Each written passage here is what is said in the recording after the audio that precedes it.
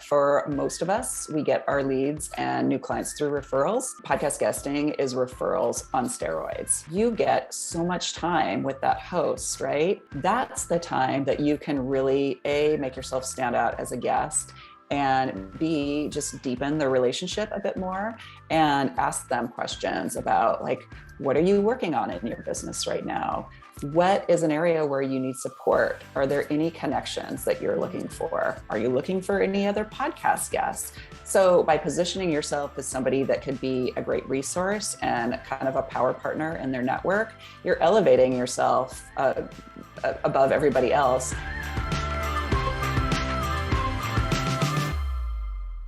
Hi, guys. Welcome to episode number 134 of the Game On Girlfriend podcast. I have a really special guest for you today. I'm so excited because this one's a little bit personal for me. So you know how much I love being a podcast guest as much as I love having guests, right? And if you don't, dudes, I love it. It's the best. And today I'm really excited to introduce you to my podcast agent. I know, like, what the heck is a podcast agent? So an amazing podcast agent is someone who goes out there in the world and pitches for you to go be a guest on other people's podcasts. Now, why would you want to do that, beautiful people? One, because it's fun. And two, it is a massive revenue driver. I know, it really is. And I was talking to my amazing agent. Her name is Julie Fry. You're about to meet her. And the truth of the matter is, she and her clients, I being one of them, she claims hundreds of thousands of dollars in increased revenue because they're podcast guesting. I happen to know that that's true. I have had some of the most beautiful clients come into my business because they're like, oh my gosh, I heard you on this podcast. And then I watched your YouTube channel and oh my God, I had to work with you. One that warms my heart. And I love you guys so much. You know that. But the other thing is, it's such an extraordinary opportunity to be introduced to an audience that you don't currently have access to. Julie Fry is the founder of Your Expert Guest, which is a podcast guesting agency that specializes in thought leaders and helping them get in front of more audiences. And she does this really well. I also hope you listen for Julie's theory on the idea that bigger isn't necessarily better. Now, below in the show notes, after you've watched this episode, I'm including 2 episodes of Sarah Uncut and links to those on how I think being a great guest can happen and how you get great guests to be on your podcast as well. So you can check those out down below. But first, I say pop in those earphones and let's get to know the amazing Julie Fry. Julie, how cool is it that I get to say to you, of all people, welcome to the Game On Girlfriend podcast. I am so excited and honored. I am just thrilled and over the moon to be here. Oh, I love it so much. So we need to just let everybody know, boy, the importance of knowing great people, right? Because I had reached out to a friend of mine and said, listen, you're in PR. I need a podcast agent because I can't keep doing this. I'm exhausted and I don't have time to run my business, be with my clients, run the sprints, do the sales mastermind, and like get myself on podcasts. She's like, I know this really great woman. Her name's Julie Fry. You should probably meet her. And we had a great call. And I love that she recommended me. And it just goes to show the power of relationships. If you have the type of business that grows through referrals, you want to be referable and rememberable. Yeah. I used to run a women's networking organization. And I did. So it was for moms that are balancing entrepreneurship and motherhood. And we would have in-person meetups and an annual conference. But I would always say to people, to help them learn networking the right way, is imagine that you went into a party. You would never pick up a megaphone and say, hi, I'm Julie, who wants to buy from me? Which is how some people come off at networking events or conferences or whatever the case may be.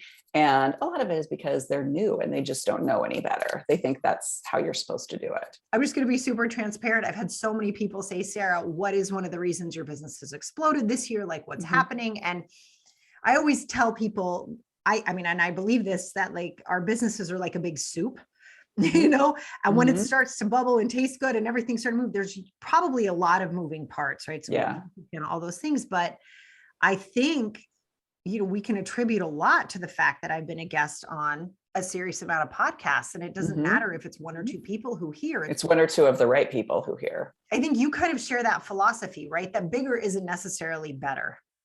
Yes, it was really interesting. I was talking to a PR agency owner recently, and she was talking about how, their focus is really getting their clients on shows that have a lot of reach. And so, a minimum of 50 combined social followers and all of those things, which I think is fine and good. But when you look at podcast guesting, and this is why I think sometimes PR agents have a bit of a struggle when it comes to getting their clients on podcasts, is because they're thinking in terms of, my client is so great, they need to be on your show. And with podcast guesting, it is, yes, my client is great, you are great, but it's, what are you going to help their listeners with?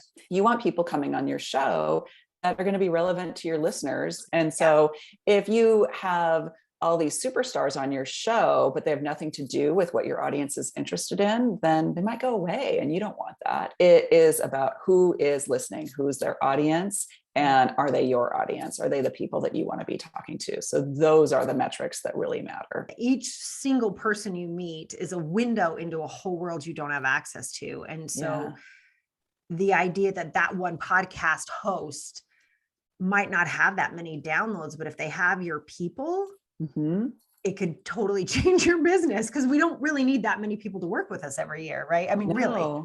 We don't.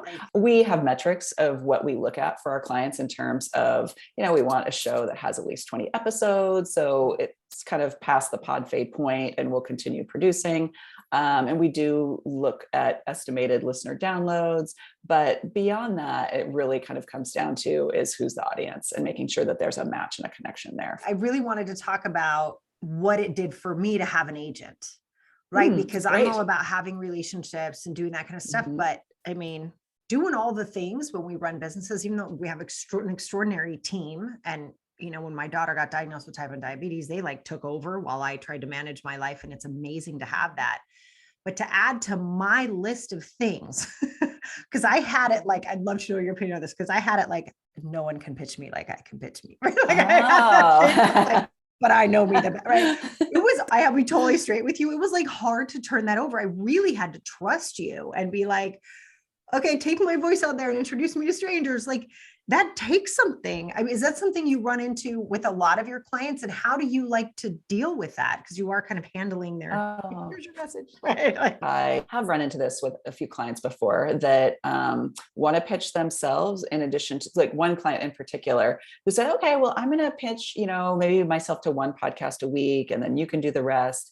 And then life got in the way, right? I mean, your business, I'm a big believer in you should offload the things that either you're not great at, or that other people could do just as good as you, so that you can spend your time on revenue generating activities. I mean, you just said that in our call this week in your sprint. So I'm all about you need to free yourself up for that. And so, yes, I know you could probably pitch yourself possibly even better than I can, because you are you. However, I think that we understand your business. We knew who you want to be speaking to, and we are good at it. I think it's also a control issue too, right? And I think that's part of, as we grow our business. And I know you've even spoken about that inside your own business too, really turning that control over to other people to support you. Yeah.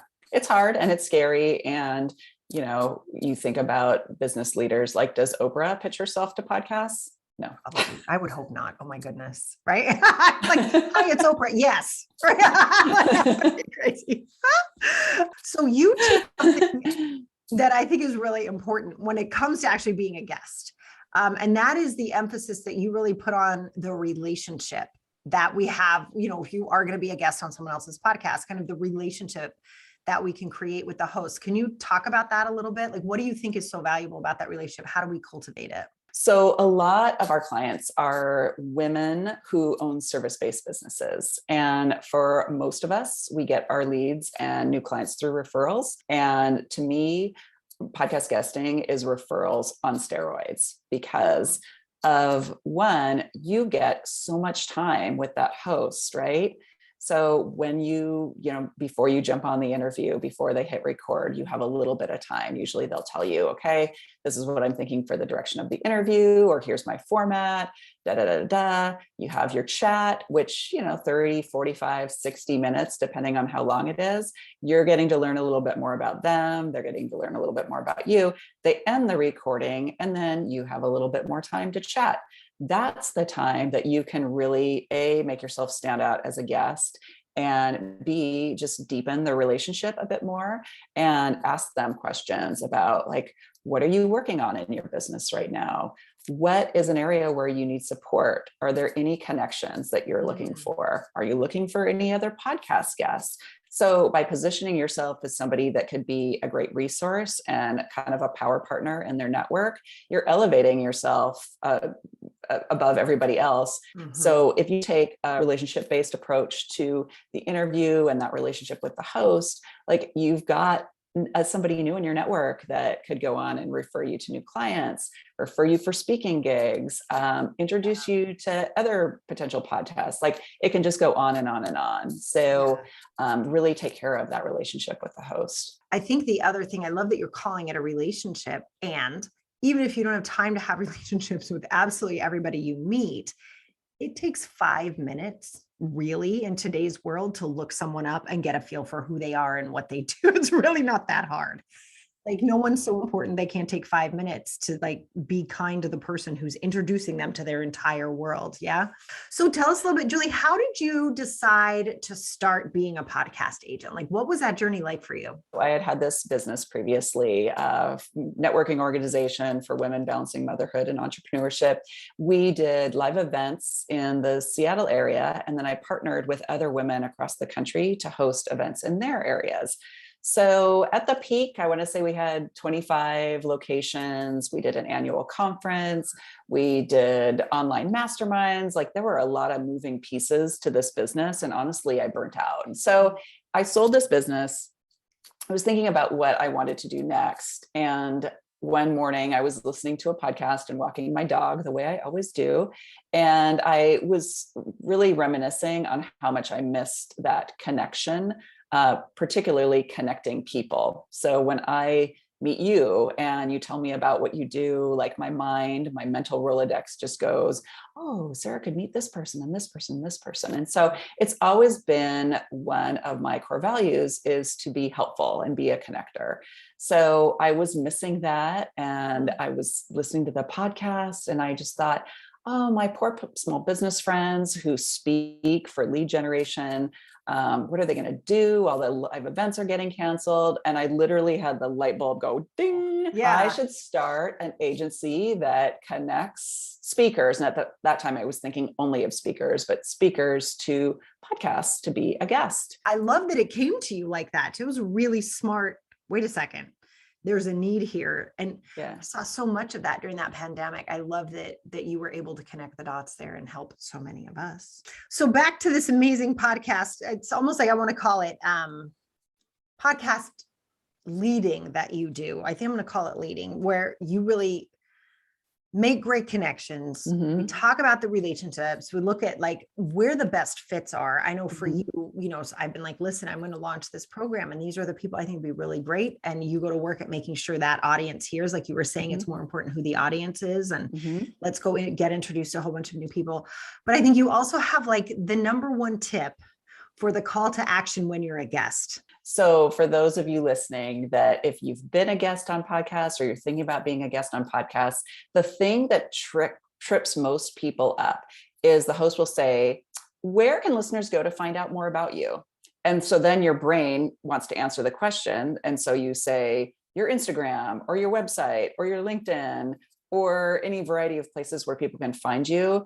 And my tip is, so that question is your opportunity to gift the audience something that will benefit them. So my tip for you is to frame it as a free gift. Sarah says, Julie, where can listeners go to connect with you? And I say, I have a free gift for your listeners. If they are interested in podcast guesting, then they can go to our website and take a 60-second quiz that's fun, and it will give them some great next steps. So that is my tip, is don't get tripped up by where can people connect with you and where should you send them to. Make sure that you think about what is the best next step for somebody that's hearing you on the show to take, so that then they can start to get into your world and then get on your email list, stay in touch with you.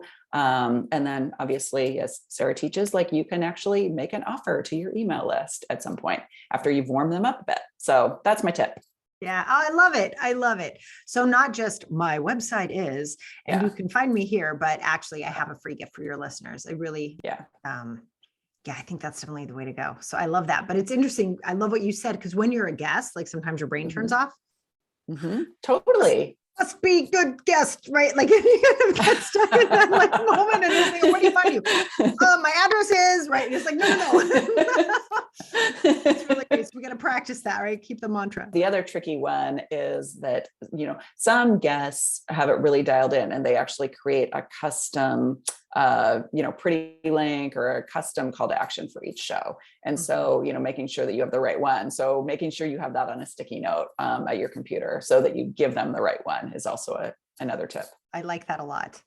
All right. So one last question I have for you. So in pitching, so if somebody wants to pitch themselves, or they're listening to this and maybe they can't get an agent yet, but they know they really are understanding through our conversation, like, wow, being on podcasts is a great way to grow my audience. It's a great way for people who don't know about me to hear who I am. Can you share what is the number one mistake that you see people making when they pitch? Number one is when you are reaching out to a host, I would definitely focus on the value that you're going to provide with their audience rather than why you're such a great guest. A lot of the mindset stuff that I hear from people that are new to podcast guesting is they feel like they're not expert enough. And so they feel like they need to over credentialize themselves when they're pitching. And that kind of comes off as, I am so great.